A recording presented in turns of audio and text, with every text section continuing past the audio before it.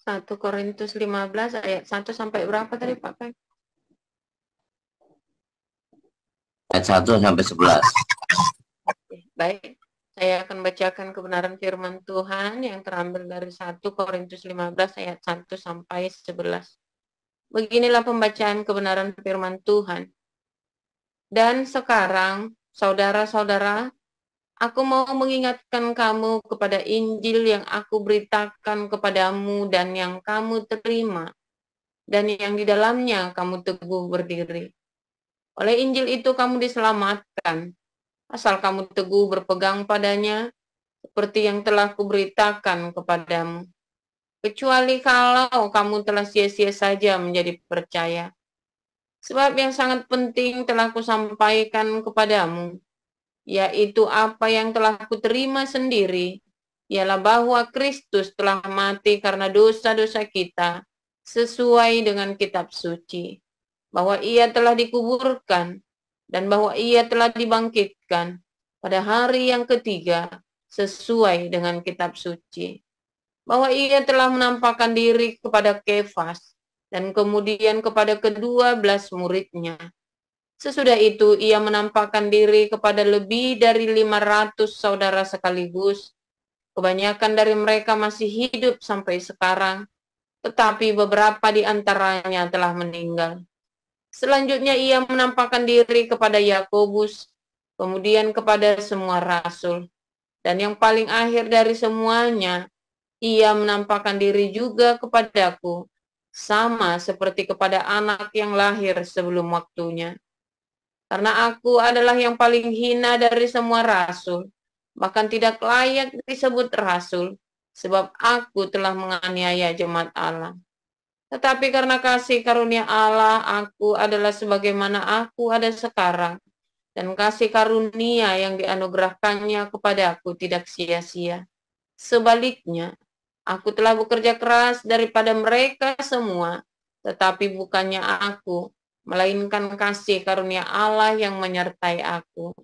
Sebab itu, baik aku maupun mereka, demikianlah kami mengajar, dan demikianlah kamu menjadi percaya. Demikian. Ya, terima kasih Bu Salma. Silakan Bu Novi akan memberikan firman Tuhan dengan judul pengakuan yang tulus. Silakan. Terima kasih. Shalom Alehem. Saudara-saudara, kita sudah membaca bersama-sama firman Tuhan yang diambil dalam surat Rasul Paulus di jemaat Korintus. Saudara-saudara, kita melihat latar belakang penulisan surat Rasul Paulus ini kepada jemaat Korintus dilatar belakangi oleh karena pada waktu itu di sana ada perpecahan, terjadi perpecahan. Jadi jemaatnya sudah terbentuk, tapi ada perpecahan. Ada yang mengaku sebagai pengikut Apolos, pengikut Paulus, pengikut Kefas, dan juga ada yang mengaku sebagai pengikut Kristus. Jadi Rasul Paulus merasa perlu untuk mempertegas kembali kepada jemaat bahwa itu bukanlah hal yang penting yang harus mereka lakukan atau mereka perdebatkan. Kalau kita melihat situasi dan kondisi pada zaman itu, di mana surat 1 Korintus ini ditulis di sekitar tahun 55 sampai 56 Masehi. Kondisi yang terjadi di Korintus membuat Rasul Paulus rindu memperingatkan mereka melalui surat yang dia tulis. Ketika ada terjadi pengelompokan di tengah-tengah jemaat yang sepertinya merasa bahwa mereka lebih penting, lebih benar daripada yang lain. Itu saat ini sudah terjadi juga di Indonesia, yang kita tahu bahwa ya yang mengaku sebagai orang Kristen dengan mengikuti berbagai macam aliran atau golongan. Jadi akhirnya manusia terjebak kepada satu lingkungan atau gereja yang mengaku itu adalah agama. Akhirnya pengaruh daripada orang-orang tertentu pada kelompok-kelompok tertentu membuat sesama orang Kristen, sesama pengikut Kristus merasa sepertinya bersaing. Ya, seperti bersaing. Apalagi teknologi sekarang yang sudah lebih canggih melalui internet. Jadi kelompok-kelompok yang terjadi sekarang adalah yang lebih ekstrem lagi. Orang-orang, apalagi orang Kristen yang sudah percaya, banyak yang terpengaruh. Misalnya ada sekelompok anak muda mengikuti channel yang sekarang kita tahu lagi viral, ada yang progresif atau juga ada channel pendeta atau hamba Tuhan tertentu yang mereka sering ikuti, jadi mereka terpengaruh juga dengan orang tersebut. Lama-lama, karena terlalu sering mereka mengikuti, akhirnya ada yang sudah mengarah kepada ajaran yang tidak sesuai dengan Alkitab. Makanya perlu ditegaskan kembali bahwa ketika umat yang sudah percaya kepada Tuhan diperhadapkan dengan situasi dan kondisi yang sudah sangat modern, sangat dipengaruhi oleh teknologi, karena ketika setiap orang buka internet, di situ banyak tawaran-tawaran yang terjadi. Kalau kita lihat sekarang ini, kita semua yang ada di komunitas ini, kita juga turut merasa terbeban, merasa bertanggung jawab untuk menyampaikan kepada banyak orang bahwa kita harus hati-hati mengikuti aliran-aliran tertentu. Apalagi sekarang ini banyak yang sudah mengarah kepada hedonisme, ya, merasa lebih hebat tanpa melakukan firman Tuhan yang sesungguh-sungguhnya. Saudara-saudara, ya kita tahu ya sekarang lagi viral di Indonesia mengenai seseorang yang ya kalau saya boleh katakan ya hamba Tuhan, tetapi saya jadi malu kalau orang lain melihat, oh hamba Tuhan Indonesia kok seperti itu. Ya kita sudah tahu ya, mencium tangan seorang khilafah. Oh, anak muda bilang, oh my gosh, making mempermalukan kita ya yang ada di Indonesia. Sepertinya tidak ada keberanian, ada rasa takut sehingga terjadi seperti itu. Nah, kelompok orang yang mengikuti orang-orang seperti ini juga kita kasihan ya. Mungkin juga tidak ada pencerahan dari orang lain atau kelompok lain yang mungkin sudah terlena dengan kelompok tersebut. Sehingga ini juga mengancam sebetulnya kehidupan orang yang sudah percaya dan sudah membuat perpecahan juga. Karena ya banyaklah ya aliran-aliran yang sudah tidak sesuai dengan firman Tuhan. Oleh karena itu kita bersyukur kita berada di komunitas ini, kita diusahakan oleh gembala kita untuk lebih mengarahkan kita kembali kepada firman Tuhan ya, back to the Bible. Bahwa sesungguhnya apa yang dimaksudkan oleh Alkitab tidak seperti begitu. di sini ada diperingatkan lagi kepada kita bahwa janganlah kita terlalu mengikuti dogma-dogma yang diciptakan oleh orang-orang tertentu sehingga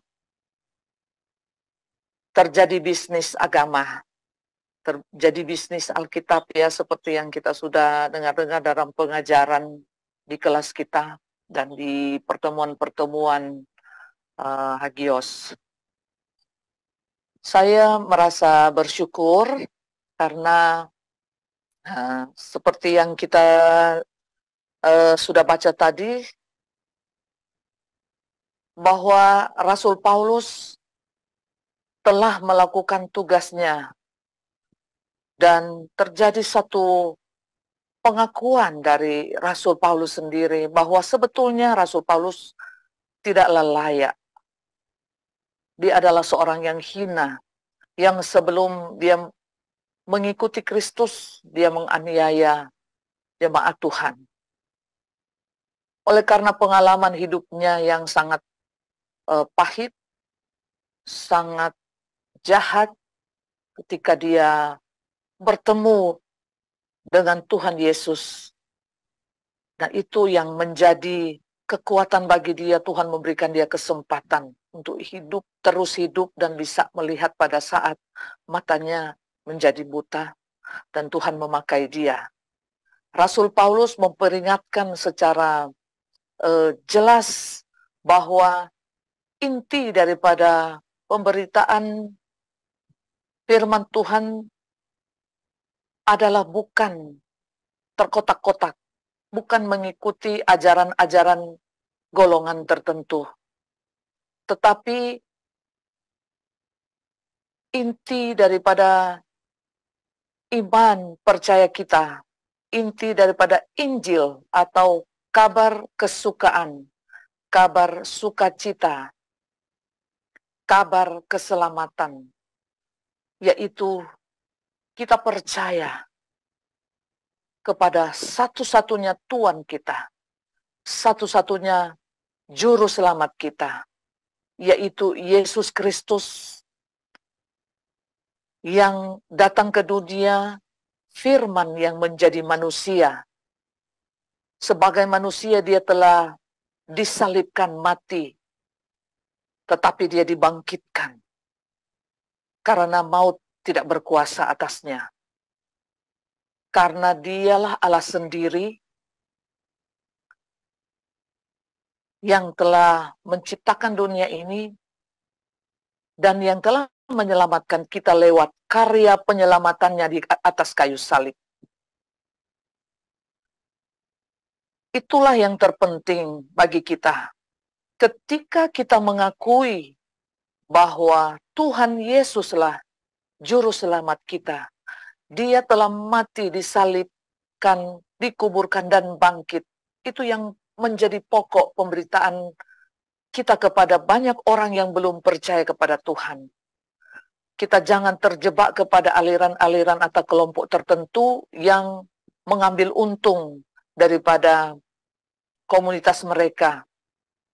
Sehingga kehidupan teori kemakmuran yang ada, kehidupan hedonisme, tidak lagi melakukan ibadah yang sesungguhnya, yaitu berkunjung kepada janda-janda miskin dan anak-anak yatim piatu, menolong, memberi makan kepada mereka, menolong, memberi makan kepada semua orang yang susah yang ada di sekitar kita.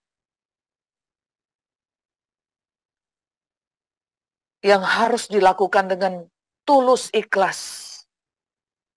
Karena di mana kita melakukan segala kebaikan-kebaikan yang diajarkan oleh Tuhan. Ibadah yang sesungguhnya yang diajarkan oleh Tuhan. Yaitu memberi makan orang susah. Memberikan makan banyak orang. Menolong orang. Bahkan musuh-musuh kita yang kita beri makan, yang kita tolong, orang-orang yang mencerca kita, mengatakan bahwa kita orang kafir, atau kita orang yang pantas untuk disingkirkan ya pada kelompok-kelompok tertentu, apalagi ideologi Islam yang sangat jahat ya. Masa Tuhan menyuruh orang untuk membunuh? Jadi, di manakah Tuhan hadir di dalam kehidupan kita?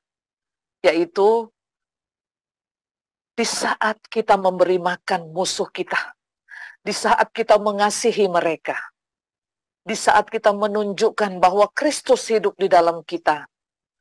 Maka ketika mereka membuat kita seolah-olah merasa disakiti, merasa tidak penting, tetapi kita tetap memperhatikan kehidupan mereka. Kita mengampuni mereka. Kita memberi makan mereka. Disitulah Tuhan hadir di tengah-tengah kita. Saudara-saudara, jadi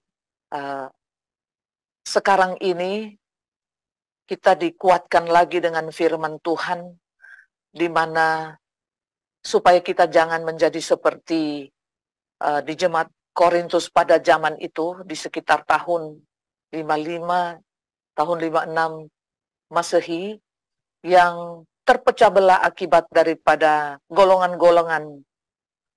Nah, sekarang ini kita sudah lebih menyadari, sudah semakin diajar tentang yang sebenarnya, kehidupan yang sesungguhnya di dalam Tuhan, yaitu benar-benar kembali kepada Alkitab.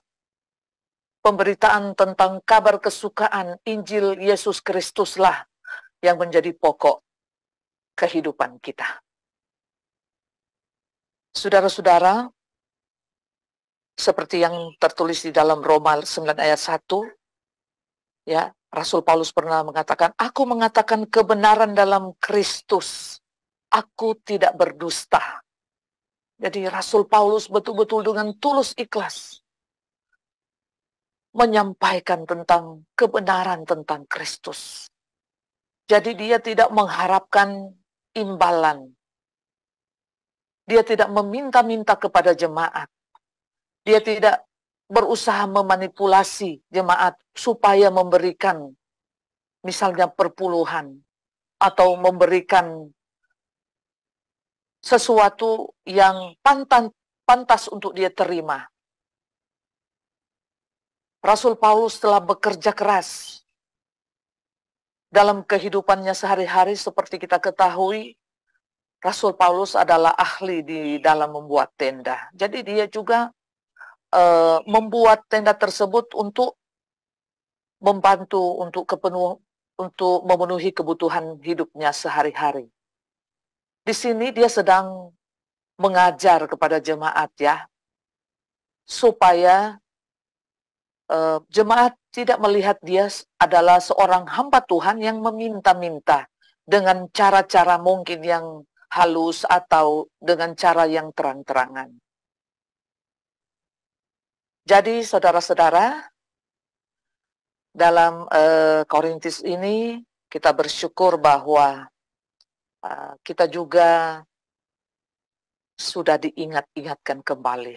Jadi firman Tuhan yang kita dengar setiap hari, apalagi melalui embun pagi di komunitas kita, komunitas embun pagi di bawah Hagios Internasional. Jadi ya, saya sendiri kurang mengikuti melalui Zoom, saudara-saudara. Saya lebih banyak mengikuti di YouTube. Namun saya bersyukur, saya juga berusaha mengikuti pengajaran-pengajaran yang ada. Karena kita manusia yang penuh dengan keterbatasan ya, kita perlu terus-menerus belajar tentang firman Tuhan. Saudara-saudara, jikalau dahulu Rasul Paulus belum menerima tentang kabar kesukaan, tentang kabar Injil, makanya dia menganiaya umat yang percaya. Tetapi ketika dia menerima dan dia ditangkap oleh Tuhan Yesus sendiri, dia menjadi percaya, menjadi alat kesaksian. Dia betul-betul mengakui bahwa Tuhan Yesus adalah satu-satunya Tuhan dan Juru Selamat kehidupan manusia. Tidak ada yang boleh sampai kepada Bapa kalau tidak melalui Yesus Kristus. Maka dengan demikian, marilah kita sebagai umat yang percaya, yang sudah banyak belajar di kelas-kelas kita, tetap menjadi alat berkat daripada Tuhan, tetap memperlihatkan, mengakui di depan orang banyak bahwa Yesus Kristus adalah satu-satunya Tuhan dan Juru Selamat kita. Dia sebagai manusia, firman yang menjadi manusia, dia telah mati, disalibkan, dan dibangkitkan bagi keselamatan kita sekalian. Demikian, terima kasih.